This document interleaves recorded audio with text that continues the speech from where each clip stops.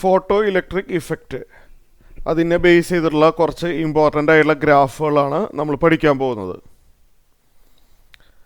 അപ്പോൾ അതിന് വേണ്ടിയിട്ടുള്ള ഒരു എക്സ്പെരിമെൻറ്റ്, ഫോട്ടോ ഇലക്ട്രിക് ഇഫക്റ്റിൻ്റെ ഗ്രാഫ് വരയ്ക്കാൻ വേണ്ടി ഉള്ള ഒരു എക്സ്പെരിമെൻ്റാണ് ഈ കാണിച്ചിരിക്കുന്നത്. ഇവിടെ എന്താണെന്ന് വെച്ച് കഴിഞ്ഞാൽ ഇവിടെ ഒരു ഇവാക്യുവേറ്റഡ് ഗ്ലാസ് ട്യൂബ് കാണാൻ പറ്റും അല്ലേ. ഇതെന്താണ്? ഇവാക്യുവേറ്റഡ് ഗ്ലാസ് ട്യൂബാണ്. ഇതിനകത്ത് എയർ ഒന്നുമില്ല. ഓക്കെ, പിന്നെ ഇവിടെ ഒരു ഫോട്ടോ സെൻസിറ്റീവ് പ്ലേറ്റ് ഉണ്ട്. ഫോട്ടോ സെൻസിറ്റീവ് പ്ലേറ്റ് എന്ന് പറഞ്ഞു കഴിഞ്ഞാൽ എന്താണ്? അതിൽ റേഡിയേഷൻ വന്നടിച്ചു കഴിഞ്ഞാൽ അതിൽ നിന്ന് ഇലക്ട്രോൺസ് എമിറ്റ് ചെയ്യും.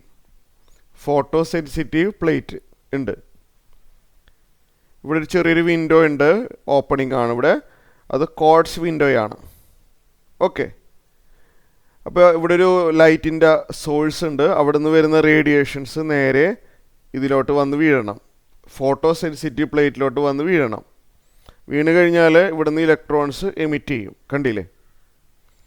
ഇലക്ട്രോൺസിനെ എമിറ്റ് ചെയ്യുന്ന ഇലക്ട്രോൺസിനെ അബ്സോർബ് ചെയ്യാൻ വേണ്ടി ഇവിടെ വേറൊരു പ്ലേറ്റ് വെച്ചിട്ടുണ്ട്. അവിടെ ഒരു പോസിറ്റീവ് പൊളാരിറ്റി കൊടുക്കും. ഇവിടെ അതിന് വേണ്ടിയുള്ള ഒരു ചെറിയൊരു വോൾട്ടേജ് ഉണ്ട്, ബാറ്ററി ഉണ്ട്. ഈ എന്ന് പറഞ്ഞ പ്ലേറ്റ് ഉണ്ടല്ലോ, അവിടെ ഒരു ചെറിയൊരു പോസിറ്റീവ് പൊളാരിറ്റി കൊടുത്തു കഴിഞ്ഞാൽ ഇവിടുന്ന് എമിറ്റ് ചെയ്യുന്ന ഇലക്ട്രോൺസ് നേരെ ഈ പ്ലേറ്റിലോട്ട് എത്തും. പോസിറ്റീവ് പൊളാരിറ്റി ഉണ്ടെങ്കിൽ അറിയാമല്ലോ, ഇലക്ട്രോൺസ് അട്രാക്റ്റ് ചെയ്യും. അപ്പോൾ റേഡിയേഷൻസ് വന്ന് വീണ് കഴിഞ്ഞാൽ എമിറ്റ് ചെയ്യുന്ന ഇലക്ട്രോൺസ് നേരെ ഈ പോസിറ്റീവ് ചാർജ്ഡ് പ്ലേറ്റിലോട്ട് നീങ്ങും. ഓക്കെ, അപ്പോൾ ക്ലിയർ ആയല്ലോ. അപ്പോൾ അതിന് വേണ്ടിയുള്ള കാര്യങ്ങളെല്ലാം ഇവിടെയുണ്ട്. ഇതിൻ്റെ ഡീറ്റെയിൽസ് ഇപ്പോൾ പറയേണ്ട ആവശ്യമൊന്നുമില്ല. ഇതൊരു റിവേഴ്സിങ് സ്വിച്ചാണ്. നമുക്ക് ഈ പ്ലേറ്റ് ഇല്ലേ, ഏന്ന് എഴുതിയിരിക്കുന്ന പ്ലേറ്റ് ഉണ്ടല്ലോ, അതിനെ വേണമെങ്കിൽ പോസിറ്റീവ് തന്നെ ആക്കണമെന്നില്ല, വേണമെങ്കിൽ നമുക്ക് നെഗറ്റീവ് ചാർജ്ഡ് പ്ലേറ്റ് ആക്കി മാറ്റാൻ പറ്റും. അതിന് വേണ്ടി ഒരു റിവേഴ്സിങ് സ്വിച്ച് ഇവിടെ ഉണ്ട്. അതിപ്പോൾ നമുക്ക് ആവശ്യമില്ല. ഇപ്പോൾ പറയാൻ പോകുന്ന ഗ്രാഫിന് ഈ റിവേഴ്സിങ് സ്വിച്ചിൻ്റെ ആവശ്യമില്ല. നമ്മളിവിടെ ഒരു എ എന്ന് പറഞ്ഞ പ്ലേറ്റിനെ ചെറിയൊരു പോസിറ്റീവ്ലി ചാർജ്ഡ് പ്ലേറ്റ് ആക്കി മാറ്റും. അതിനുവേണ്ടി ഒരു ബാറ്ററി സപ്ലൈ ഉണ്ട് ഇവിടെ. ഓക്കെ, അപ്പോൾ ഞാൻ പറയാൻ പോകുന്നത് effect of intensity of light on photo current, അതാണ് പറയാൻ പോകുന്നത്. ഇൻറ്റൻസിറ്റി എന്ന് പറഞ്ഞു കഴിഞ്ഞാൽ ലൈറ്റിൻ്റെ ഒരു ബ്രൈറ്റ്നെസ്സിനെയാണ് റെപ്രസെൻ്റ് ചെയ്യുന്നത്. ഈ ലൈറ്റിൻ്റെ സോഴ്സ് നമ്മൾ കുറച്ചും കൂടി അടുത്തോട്ട് നീക്കുകയാണെന്നുണ്ടെങ്കിലോ, ഈ പ്ലേറ്റിനെ കുറച്ചുകൂടി അടുത്തോട്ടാണ് നീക്കുന്നതെങ്കിൽ ഇവിടെ വരുന്ന ലൈറ്റിൻ്റെ ഇൻറ്റൻസിറ്റി ഇൻക്രീസ് ചെയ്യാൻ പറ്റും. ഈ ലൈറ്റിൻ്റെ സോഴ്സ് കുറച്ച് അകലെയാണ് വെക്കണമെങ്കിലോ, അപ്പോൾ ഇവിടെ എത്തുന്ന ലൈറ്റിൻ്റെ ഇൻറ്റൻസിറ്റി കുറവായിരിക്കും.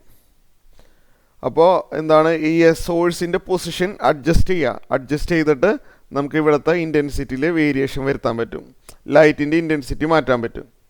അപ്പോൾ ഞാൻ പറയാൻ പോകുന്നത്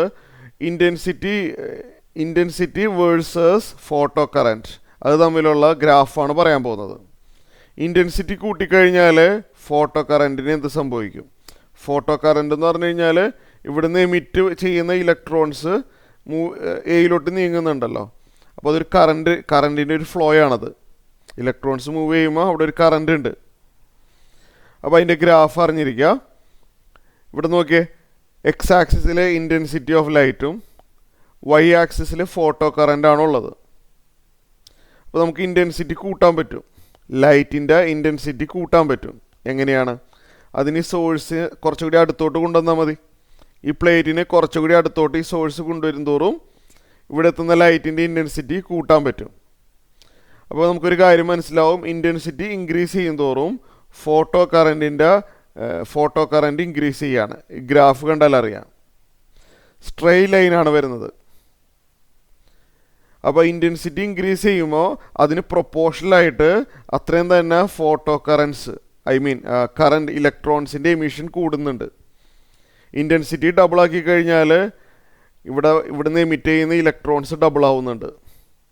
ഇൻറ്റൻസിറ്റി 3 ഇരട്ടിയാക്കി കഴിഞ്ഞാൽ ഇവിടുന്ന് എമിറ്റ് ചെയ്യുന്ന ഇലക്ട്രോൺസ് 3 ഇരട്ടി ആവുന്നുണ്ട്. ഇലക്ട്രോൺസ് 3 ഇരട്ടി ആവുമ്പോൾ കറൻറ്റ് 3 ഇരട്ടി ആവുമല്ലോ അല്ലേ. അപ്പോൾ ഇതാണ് ഗ്രാഫ്.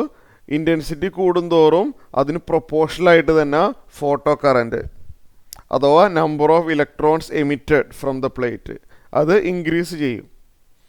ഓക്കെ, ക്ലിയർ ആയല്ലോ. ഇപ്പോൾ ഇവിടെ ഒരു കാര്യം, more intensity means more photons ആണ്. ഇൻറ്റൻസിറ്റി കൂടുക എന്ന് പറഞ്ഞു കഴിഞ്ഞാൽ ഫോട്ടോൺസ് ഇവിടെ എത്തുന്ന ഫോട്ടോൺസിൻ്റെ കൗണ്ട് കൂടുന്നു എന്നാണ് അതിൻ്റെ അർത്ഥം. The number of photons emitted per second is directly proportional to the intensity of the incident radiation. ഈ ഗ്രാഫിൽ നമുക്ക് അതാണ് മനസ്സിലാവുന്നത്. The number of photoelectrons emit ചെയ്യുന്ന ഇലക്ട്രോൺസ് ഇല്ലേ, the number of photoelectrons emitted per second is directly proportional to the intensity of the incident radiation. Okay.